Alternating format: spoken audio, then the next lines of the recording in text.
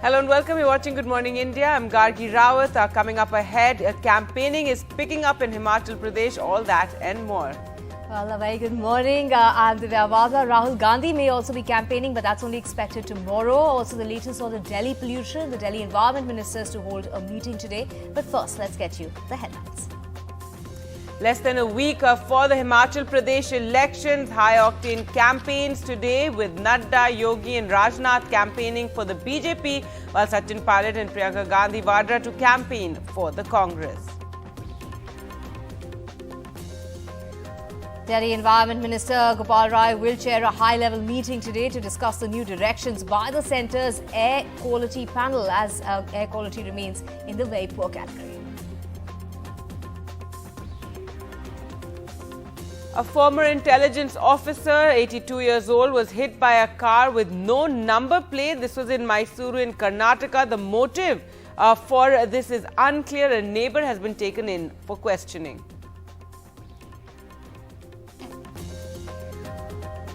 In Uttar Pradesh's Ambedkar Nagar, clashes between protesters and cops over a land dispute. Villagers are lathi charged after attacking the police.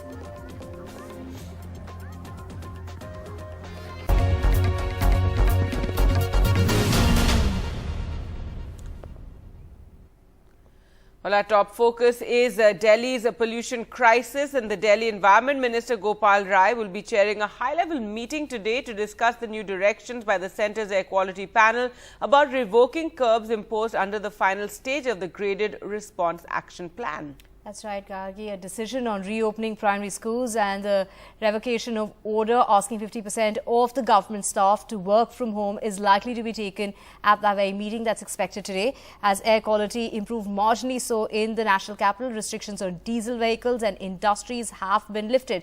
The entry of trucks is, as far as Delhi is concerned, that's not allowed. And the ban on non-essential construction activities and closing the brick kilns, however, still stands as they fall under GRAP 3. Primary schools are also shut till November 8th, and no school can conduct outdoor activities till then.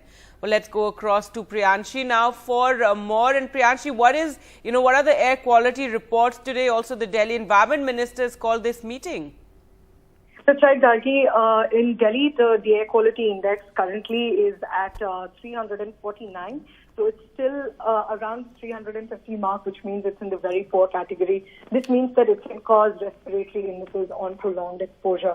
So even though the air quality index has fallen from the severe category to the very poor category, it's still a health concern and it's still impacting all of us. If we talk about the meeting that's scheduled, the Delhi Environment Minister Gopal Rai is going to chair a meeting. And yesterday, remember, GRAP 4 measures were lifted. These are measures that were put in by the Central Air Quality Management Panel for the Delhi National Capital Region.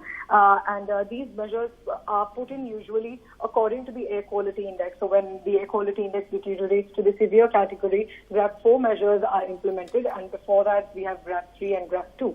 So GRAP 4 has now been lifted. That means that the ban on entry of trucks into the national capital is lifted.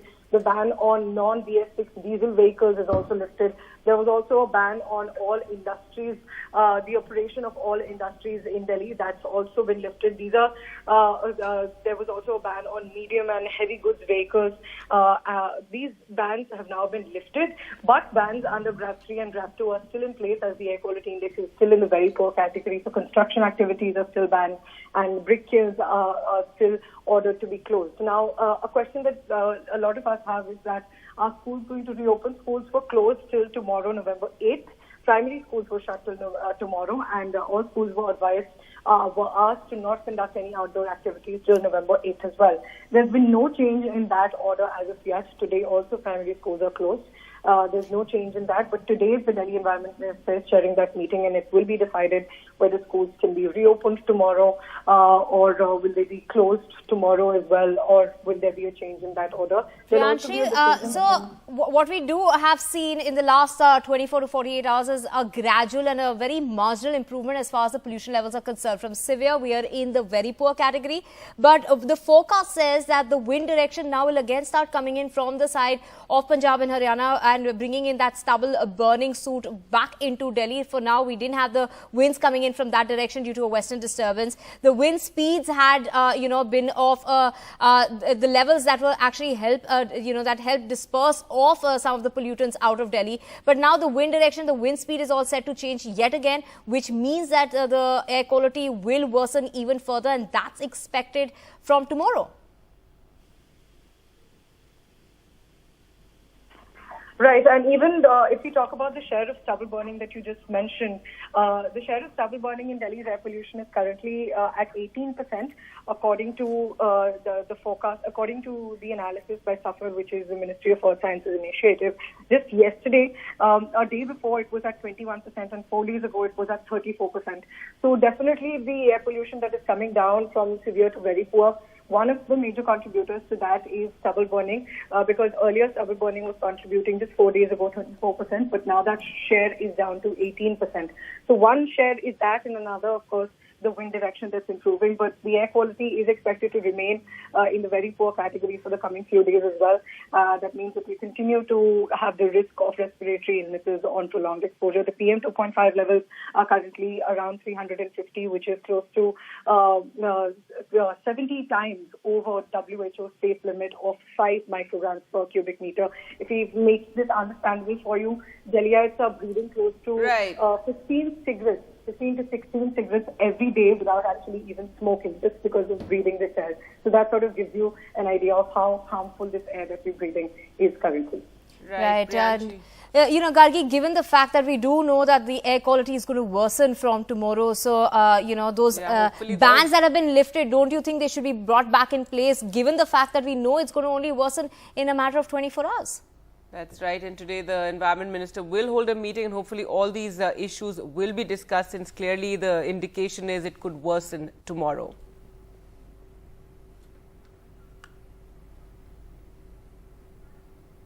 Well, let's now get you the political news, and the fight for Himachal Pradesh has picked up a pace. The BJP released its manifesto yesterday, which said it would implement the Uniform Civil Code if it comes back to power. Right, today JP Nadda and Yogi Adityanath along with Rajnath Singh will be campaigning for the BJP, while Sachin Pilot and Priyanka Gandhi will be campaigning for Congress. And there is news that possibly Rahul Gandhi, who's been busy with the Bharat Jodo Yatra, will be making his first appearance in the state election campaign on the 8th of November. BJP released its manifesto for Himachal elections in a grand ceremony on Sunday. BJP chief JP Nadda, who is from Himachal Pradesh, yet dealing with a massive rebellion by those denied tickets. Anurag Thakur, who was seen getting very emotional while talking about his father.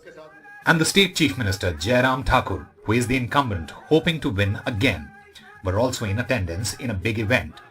BJP has promised to implement Uniform Civil Code in Himachal Pradesh with negligible Muslim population. BJP has said in the manifesto that if BJP comes back to power, Uniform Civil Code will be implemented in Himachal, will give 8 lakh jobs in 5 years, Waqf properties will be investigated in Himachal like Uttar Pradesh, scooty for college-going girls. They'll also give out 3 free cylinders every year to poor women. पहली बात ये हमारी विचारधारा हमारे centre के भी जो अब आप संकल्प पत्र कभी देखे होंगे तो उसमें चाहे राम मंदिर का विषय हो या फिर यूनिफॉर्म सिविल कोड का हो या बाकी विषय ट्रिपल तलाक का हो, ये सब उसके साथ रहे। और ट्रिपल तलाक पे भी आप लोग कई तरह के कहते थे आपको इससे क्या होगा, ये कोई वोट के लाभ के लिए नहीं होता है जी। हम तो सत्ता में आकर जो देश में जहाँ जहाँ जिन कमियाँ हैं उन जगह पे जहाँ सुधार की आवश्यकता है वो करते हैं। यूनिफॉर्म सिविल कोड आज की आवश्यकता है, इसलिए हिमाचल में हम उसको लागू करेंगे। Prime Minister Modi, who is against freebies, promised to give free scooty cylinders in Himachal Pradesh. When the BJP chief was asked the question, Mr. Nadda said that the rest of the parties, Leo and BJP's promises will empower people. There is a very fine distinction between empowerment and allurement. We have to understand this. When you empower somebody, then you are bringing the society up to a particular level. But when he gets empowered, you are giving him free this, ye de do, free wo de do, free wo de do. This is allurement. Congress has called BJP's manifesto a joke. दुख है कि इसमें महंगाई के लिए, महिलाओं को राहत के लिए, हमारे सरकारी कर्मचारियों के लिए, किसानों के लिए, सेब बागवानों के लिए किसी भी तरह की कोई भी बड़ी राहत नहीं है। बेरोजगार युवाओं को रोजगार के लिए कोई रोड मैप नहीं है। सिर्फ 5 साल करोड़ों रुपया के जुमले फेंके गए। जमीनी हकीकत में कहीं किसी को करोड़ों में से कहते हैं कोड़ी भी नहीं नसीब हुई। BJP hopes that the big promises they have made for women will work in their favor. BJP is heavily banking on the face of Prime Minister Modi, because people of Himachal Pradesh were expecting that BJP will announce something on old pension scheme, but that did not happen. That shows how confident BJP is that Prime Minister Modi's face will get them power again in Himachal Pradesh. Congress is very happy because their whole election campaign is riding upon old pension scheme. In Shimla, with Ashok Mahale and VD Sharma, Saurabh Shukla for NDTV. And we have Saurabh Shukla back with us. Very good morning, Saurabh. So less than a week as far as polling in Himachal Pradesh is concerned. Lots lined up today from both sides, BJP and the Congress. Take us through what's on the agenda. Absolutely, temperature is dipping up in Himachal Pradesh, Gargi and Divya, but politics is getting heated up. Today, JP Nadda is holding rallies and road shows. Sachin Pilot from Congress is here. Yesterday, he held several rallies, and today he's holding 4 rallies, especially in Upper Himachal. And I've been told by Congress media cell that there is demand of Sachin Pilot's rally by the people who are contesting. And apart from that, Priyanka Gandhi is going to address her 3rd election campaign, election rally in Una. She is going to be in Hareli constituency, which is a constituency the constituency of a very important Congress leader, Mukesh Agnihotri, who is leader of opposition in Himachal Assembly and one of the contender for from Congress for the CM-ship if Congress gets Congress manages to win the assembly elections. Apart from that, JP Nadda, as I've said, he's campaigning. Rajnath Singh, Union Defence Minister, is going to campaign. He's also addressing 3 rallies. UP CM Yogi Adityanath is coming to Himachal Pradesh for the 4th time, and he's going to address 3 rallies. So both the parties they are putting 100% in their assembly, in Himachal Assembly polls yesterday. As we have reported as well, BJP presented their manifesto promising uniform civil code, and in rallies also BJP is talking about uniform civil code, abrogation of 370 from Kashmir, issue of Ram Mandir. So BJP is playing that pitch of Hindutva in Himachal Pradesh, though there are just 2.20% of Muslim voters in Himachal Pradesh, and there is a pattern we have seen from 1985. People vote BJP one and then Congress one. So BJP is trying to break that pattern. That is why they have given the slogan ki sir Raj nahi Riwaz badlenge. So, but again, I have been pointing out in all my reports, Gargi, there is a lot of infighting in BJP, and BJP is heavily banking upon Prime Minister Modi's face. And last important point, Gargi, when Prime Minister Modi addressed 2 rallies in Sundarnagar and Solan, Prime Minister said that aapko kuch nahi dekhna hai, you don't have to see anything, you have to see me, aapko sirf mujhe dekhna hai aur jaake kamal ka button damana hai. That's what Prime Minister Modi said. So Prime Minister Modi also knows his importance in Himachal Pradesh, because there's a lot of infighting, the groupism in Himachal BJP. That's right, and there's also the challenge of the independents as well. A lot of BJP, rebel leaders contesting. Also, sort of interesting that Rajnath Singh is there today, especially given that Himachal Pradesh has a lot of Agniveer hopefuls. So that is, one of the issues there, and also Rahul Gandhi expected to campaign there soon. Yes, in fact, we are going to soon, we'll show a ground report about Agniveer scheme. I've just shot with the boys, and very strong voices, because where I am, Hamirpur, Kangra, so it's called that army belt. From every household, there's somebody serving in army, and the boys are really agitated. They are young boys, 18, 19, 20-year-old. So Rajnath Singh is going to campaign, and BJP is very tight-lipped about Agniveer. We have asked BJP leaders that it's going to be, because Gargi, in 2017, if you remember, when BJP won UP Assembly polls, and Prime Minister Modi said that we got note ban and media was criticizing that note ban is a failure, but people have accepted and people voted for BJP in UP Assembly elections. So BJP says that their scheme is successful or not successful. People decide. So this time, after Agniveer scheme, Himachal is the first state which is going for the polls, and it has significant population, and the people who have served in army, they've been generals, colonels from Himachal Pradesh, and they're serving in the borders as well. So that is going to be very important for Agniveer scheme. People will evaluate Agniveer scheme because a lot of boys have said to me on camera that they are going to vote against BJP because they don't want a career of 4 years. And you spoke about Rahul Gandhi. So Rahul Gandhi may come tomorrow, 8th, and Mallikarjun Kharge, Congress's president, is also coming to Shimla on 8th evening. He's going to meet party leaders, and on 9th, Mallikarjun Kharge is going to address a rally somewhere in Shimla. So Rahul Gandhi is expected, but Kharge is coming for sure. All right. Thanks so much, Saurabh, for joining us with all those details of the campaign trail. They're really hotting up in Himachal Pradesh. With that, time for us to slip into a short break. On the other side, we spoke with TRS after their victory in the Munugode by-poll. That and a whole lot more. Stay with us.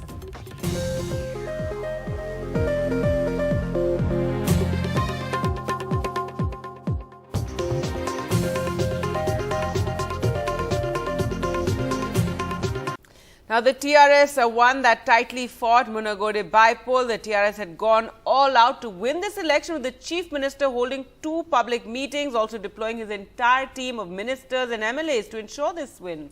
Right, and for Chief Minister KCR, this is the first election since he launched the Bharat Stage Samiti, declaring his national ambitions ahead of the 2024 elections, and it became a high-stake by-poll as it could seat the mood for the assembly elections next year. The TRS managed to win the Munugode by-poll by more than 10,000 votes, even though the BJP candidate gave a tough fight, with critics saying it is not politics but money that won the day. This battle happened between money, power, machinery and governments. So we knew we were fighting 2 giant titans, and as you can see, money and liquor was what ran the show. The TRS had gone all out to win this election, with the Chief Minister holding 2 public meetings and deploying his entire team of ministers and MLAs to ensure a win. I think you know Mr. Amit Shah and Yogi Adityanath and other chief ministers and all central ministers, Mr. Nadda, BJP All India President himself, they all came here for this election. Why not TRS? No government is going to fall or form due to the outcome of this election, and yet the perception was that this was going to set the stage for assembly elections next year, and that's why it became a high stakes battle, and the Chief Minister went all out to ensure that the TRS wins. BJP candidate Komatreddy Rajgopal had quit as Congress MLA, necessitating the by-poll that saw heavy spending by both the TRS and the BJP. For the Congress, that Komatreddy Rajgopal had quit to force the by-poll. Telangana రాష్ట్రంలోని TRS party ఎమ్మెల్యేలు, ఎంపీలు, మంత్రులు, TRS నాయకులు మొత్తం 3వ తారీఖు సాయంత్రం వరకు మునుగోడులోనే ఉండి డబ్బు మద్యం పంచి అధర్మంగా గెలిచే ప్రయత్నం చేయడం జరిగింది. For the Congress, it was humiliating for the candidate to even lose her deposit. The Congress has ended up as a distant third in the Munugode by-poll and therefore lost out even in the perception battle that it is capable of giving a challenge to the TRS to come to power in Telangana in 2023. Now, after winning that Munagode by-poll, Telangana Energy Minister Jagdish Reddy told NDTV that the party is not apologetic about getting its entire assembly strength to win this one election. That's right, Gargi. If BJP can do it, why not us, is what he's asking in this interview to NDTV's Uma Sudhir. Listen in. In the high voltage Munugode by-poll, the TRS has managed a victory with more than 11,000 votes. I have with me Energy Minister Mr. Jagdish Rao, who has in fact been the in-charge minister here. Okka by-poll. But intamandi andaru, me entire team, 100 people are possibly MLAs, ministers. Why was this so important? So I think you know Mr. Amit Shah and Yogi Adityanath and other chief ministers and all central ministers, Mr. Nadda, BJP All India President himself, they all came here for this election. Why not TRS? Why don't? Lot of money spending happened here. That is the allegation against both you as well as the BJP. No, we never. The only BJP candidate depends on money only. There is no charisma for BJP or Modi. There is no cadre for BJP. They depend on money only. People know that. This is the last election as the TRS possibly, and now you are looking to become a national. How does Munugod help in that manner? Is this becoming a stepping stone for you? Definitely. It is acceptancy of Telangana people.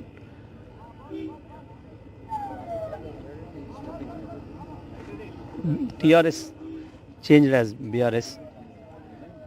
At the junction, the people supported through this election. They have given mandate to KCR. You go ahead, KCR Garu. Definitely you must go for Delhi. We are with you. People, all Telangana people are with you. The Congress candidate has possibly lost her deposit itself. Does that mean in 2023 it's a straight fight between you and the BJP? No, we can't say that. This is just one election. But BJP is not getting any support in Telangana. Just as Rajgopal Reddy, as individual, he got some support, but it is not for BJP. And they are looking to recruit from both the TRS and the Congress. BJP, as you mentioned, doesn't have cadre or leader, but they are looking for recruiting. Definitely, anybody can try for that, but they don't success. Thank you so much, Andy. So, the TRS minister, in fact, saying if BJP can bring in all its ministers, why not the TRS into the bipole, which they have made into a high-stakes battle. In Munugod, with camera person Nagraju, Uma Sudhir, NDTV. Welcome back. An 82-year-old former intelligence officer was killed after he was hit by a car with no number. This was in Mysuru in Karnataka. Right, Gargi, CCTV footage has shown off that road and that accident that took place, captured this speeding car driving towards the former IB officer who was on his routine walk. The car driver then hits him from behind and flees from the spot. Now, the police believe that this was a planned murder. Here's a report. It was a routine walk for retired intelligence officer R.K. Kulkarni on Friday, around 5:30 p.m. as he walked through the Manasa Gangotri campus of Mysore University. An unidentified person driving a four-wheeler knocked down the former intelligence officer. The retired officer tried to escape but was run over. Initially believed to be a hit and run, the police now say it was a murder. ನಮ್ಮ ACP Narasimharaja ಸಬ್ ಡಿವಿಷನ್ನ ನೇತೃತ್ವದಲ್ಲಿ ಸುಮಾರು 3 ತಂಡಗಳನ್ನು ಮಾಡಿದ್ದೇವೆ. ಪತ್ತೆ ಆಗ್ತದೆ, but ಯಾವ ಕಾರಣಕ್ಕಾಗಿ ಆಗಿರ್ತಕ್ಕಂಥದ್ದನ್ನು ನಾವು ಕೂಲಂಕುಷವಾಗಿ ಪರಿಶೀಲನೆ ಮಾಡಬೇಕಿಲ್ಲ. ಇಲ್ಲ, ಸಾಕಷ್ಟು ಮಾಹಿತಿಗಳಿದೆ, ಬಟ್ ಇಂಥದ ಕಾರಣಕ್ಕಾಗಿರುತ್ತೆ ಅಂತ ನಾವು ಇಲ್ಲಿ ಕೂತ್ಕೊಂಡು ಹೇಳಲಿಕ್ಕೆ ಆಗಲ್ಲ. ಪರಿಶೀಲನೆ ಮಾಡೋಣ, ಒಂದಾದ್ಮೇಲೆ ಒಂದು ಎಲ್ಲ ಕ್ಲೂಗಳನ್ನು ಪರಿಶೀಲನೆ ಮಾಡಿ ನಂತರ ನಾವು ಡಿಸೈಡ್ ಮಾಡ್ತೀವಿ. ಇಲ್ಲ, ಆ ವಾಹನಕ್ಕೆ ನಂಬರ್ ಪ್ಲೇಟ್ ಇರಲಿಲ್ಲ, ಅದರಿಂದನೇ ಮೊದಲನೇದಾಗಿ ಸಂಶಯ ಶುರುವಾಗಿದ್ದು. ಆನಂತರ ಎಲ್ಲ ವೆರಿಫೈ ಮಾಡಿಕೊಂಡು ತನಿಖೆ ಮಾಡ್ತಾ ಇದ್ದಾರೆ. NDTV spoke to the City Police Commissioner, Dr. Chandragupta, who said it could be a dispute with the neighbor. The family has given a complaint against the neighbors. Kulkarni's family objected to the neighbors' building construction. They frequently quarreled. Police are now questioning the neighbors. So far, no reason to believe the murder is linked to his work for Intelligence Bureau. R.K. Kulkarni retired as the Assistant Director in the Intelligence Bureau in 1998 and also worked with the RAW and took up diplomatic missions. The retired IB officer was murdered a day before he was to attend the 18th General Thimmaiya Memorial Lecture on the Constitution and the Idea of India on Saturday at the Good Shepherd Auditorium in Bengaluru. पहले तो हमें भी ये सुनने में आया था कि ये एक कार एक्सीडेंट का हादसा है, लेकिन अब ये जो वीडियो रिलीज हुआ है उससे साफ-साफ ये दिख जाता है कि इंटेंशनल एक्ट है, ये एक तरह से मर्डर इसको कहा जा सकता है। इसीलिए मैं ये जरूर कहना चाहूंगा कि इसमें इन्वेस्टिगेशन एक एक्सट्रीम सीरियसनेस के साथ होनी चाहिए। In Bengaluru, Shrija for NDTV. Shrija joins us on the phone line. Shrija, the neighbor has now been taken in for questioning, but the motive is still unclear.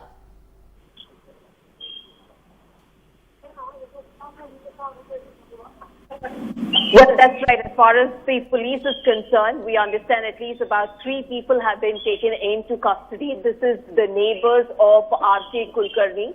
And as far as, the advocates that he has worked in the past, they also go on to talk about a public dispute, which is already in the public domain. Now, as far as the city police commissioner is concerned, the family members of R.K. Kulkarni had registered a complaint with the police, Mysuru police, alleging that they could be the hands of their neighbors.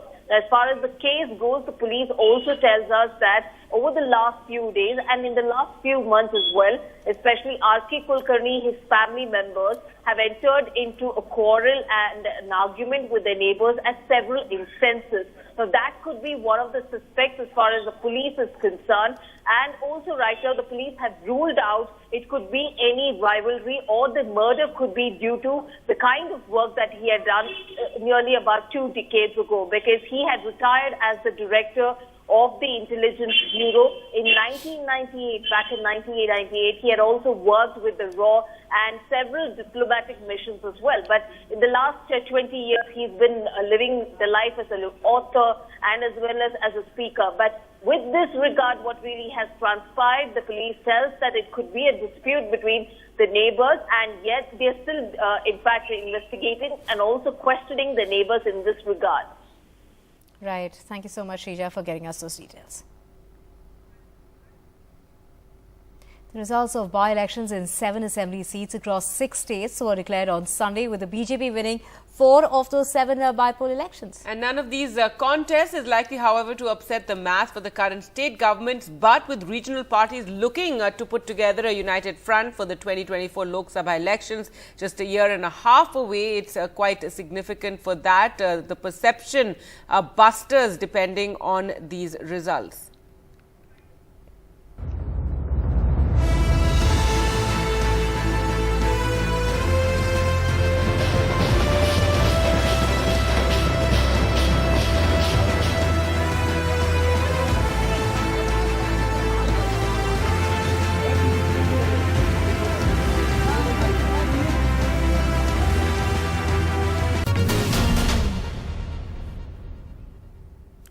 All right, let's focus on the pollution crisis in the national capital. And today, the Delhi Environment Minister Gopal Rai will be chairing a high-level meeting to discuss the new directions by the centre's air quality panel about revoking curbs imposed under the final stage of the graded response action plan. That's right, Gargi. That decision on reopening primary schools and the revocation of order asking 50% of the government staff to work from home is likely to be taken at that very meeting. The air quality improved marginally so over the weekend, but it's still in the very poor category. So that those restrictions on diesel vehicles and industries, those have been lifted. Also, the entry of trucks into Delhi is now allowed. So all those restrictions that had kicked in, those have been lifted. And we do know, as far as the pollution levels are concerned, they're only going to go back up further, because the wind direction and the wind speed, which will actually help improve the pollution levels, that is all set to change in the coming 24 hours, which basically means that the air quality is going to worsen. Right. And are these issues going to be discussed during that meeting? Let's go across to Priyanshi now for more on this. So, Priyanshi, today this meeting by the Delhi Environment Minister, but those who are tracking the weather have said that even though air pollution has improved today, tomorrow it's expected to worsen once again. That's right, Gargi. Over the next few days, the next 4 days, the air quality is expected to worsen. Currently, the air quality index in the national capital is around 350, but by November 11th, it's expected to go up to 380. This is as per the government's Ministry of Earth Sciences forecast. So it's a government forecast that tells us that for the next few days, the air quality is expected to worsen, though it's likely to remain in the very poor category, because anything from 300 to 400 is in the very poor category, and above 400 it's the severe category. Now, as you can see here on the road, you're seeing pollution. We're coming to you from civil lines where the Delhi Environment Minister lives, where the Delhi Chief Minister lives, and we're coming to you from right outside the Delhi Legislative Assembly, the Vidhan Sabha. So this is where this is the area where that meeting will also be held around the Delhi Environment Minister's house is just nearby. So you can see that in that area where all of these important locations are, you can see the pollution on the road, and you can see that even though it's around 9:30, it's around 9 a.m. in the morning, even then when it's likely to be sunny on normal days, even then you can see the haze on the roads as people are driving on these roads. So all of this goes on to show how bad the air quality is. Even though it has gotten better from the severe to the very poor category, this category still means that prolonged exposure to the air can cause serious respiratory illnesses. Doctors have been telling us that they are seeing an increase in their respiratory illness patients. People who have never had respiratory illnesses in the past are coming up with respiratory illnesses, and this happened right after Diwali, ever since stubble burning cases also started increasing. So doctors advise that if you have to go out at all, it should be with an N95 mask, and any other mask does not help, and if at all you can avoid it, going out should be avoided. Now let's talk about the curbs. There were GRAB 4 measures that were in place as the air quality was in the severe category. But now that it has come down from severe to very poor, those GRAB 4 measures have been lifted. So what all is now allowed? There was a ban on the entry of trucks in the national capital. There was a ban on non-BS6 diesel vehicles. There was also a ban on all industries operation. All of these bans are now lifted, but GRAB 3 and GRAB 2 are still in place, which means that construction activities are still banned. Schools are still closed till tomorrow. The primary schools are still shut till tomorrow, and any outdoor activities for all classes is not allowed. All of this is not allowed till tomorrow. But the Delhi Environment Minister is chairing a meeting today, and these decisions might be reconsidered, whether schools should be reopened from tomorrow, whether outdoor activities should be allowed. All of these measures will be discussed. Along with that, the 50% work from home for Delhi government employees that was in place, that will also be discussed in the meeting today. This, as the air quality is in the very poor category, and it remains to be a health concern. Priyanshi, we did see that stubble burning share as far as pollution in Delhi, the PM 2.5, the contribution was about 34%, and that was last week. We've seen that contributions come down to about 18%, and that's on account of the wind direction and the wind speed. So the weather conditions are not allowing those pollutants to reach Delhi and stay in Delhi per se. But all that we know is going to change. But the big question is still, how long will this stubble burning carry on in Punjab and Haryana? Well, Divya, usually the stubble burning peaks around mid-November. Right now, we are just in the beginning, in the first week of November, but usually it is expected to peak around mid-November or November 20th. Currently, stubble burning is contributing around 18% to Delhi's air pollution as per SAFAR, which is a Ministry of Earth Sciences initiative. Just 4 days ago, as you said, it was contributing around 34%. So the share is going down, but it's not the end. The worst is not over yet, as stubble burning cases are still continuing. Punjab stubble burning cases compared to last year during just this period are up by over 18 to 19%. Even though so many promises were made on stubble burning, just during this period from September 15th to now, the total stubble burning cases in Punjab are up by close to 19%. Meanwhile, in Haryana and Uttar Pradesh, the stubble burning cases are down by close to 20 to 30%. So in the AAP government ruled state, AAP government kept on blaming the Congress government in Punjab while they were in power for stubble burning adding to Delhi's pollution. But now that they're in power in both Delhi and Punjab, they're saying that we take full responsibility for the rise in stubble burning, but we also need the centre's contribution to provide incentives to the farmers so that they can switch from stubble burning and to other environmentally friendly alternatives. The farmers have been saying that we also don't want to burn stubble. The first to suffer from that stubble burning pollution are the farmers themselves and their own families. but they say they have no option, they have no alternatives available that they can afford, and that is why they have to burn this stubble. So currently 18% of the pollution in the national capital is due to this stubble burning. It has come down from what it was last week, but it was still higher than what we saw last year this time around, and that's because of a rise in the stubble burning cases in Punjab. So that's still likely to go till mid-November or November 20th. It is likely to peak by then. Till then, the pollution situation in the national capital is likely to be problematic and a major health concern. Right, so that contribution that's come down, Priyanshi, is not account of the stubble burning that's taking place in Punjab and Haryana. That's come down. It's on accord of the weather conditions. The winds are not allowing those pollutants to come into Delhi. We are going to see a rise as far as that contribution is concerned over the next few days, as that's what the forecast is saying, because now, Gargi, those winds are going to come directly from there, and the winds are not going to have that kind of speed to take those pollutants out of Delhi. So, Priyanshi, like you're reporting, the situation is not over. The worst has not come yet. It's yet to come. So, it will continue. Over the next, in fact, 4 days is what the prediction is. Thanks so much, Priyanshi, for joining us, and hopefully all this will be taken into account when that big meeting takes place, which the Environment Minister has called. With that, time for us to slip into a short break.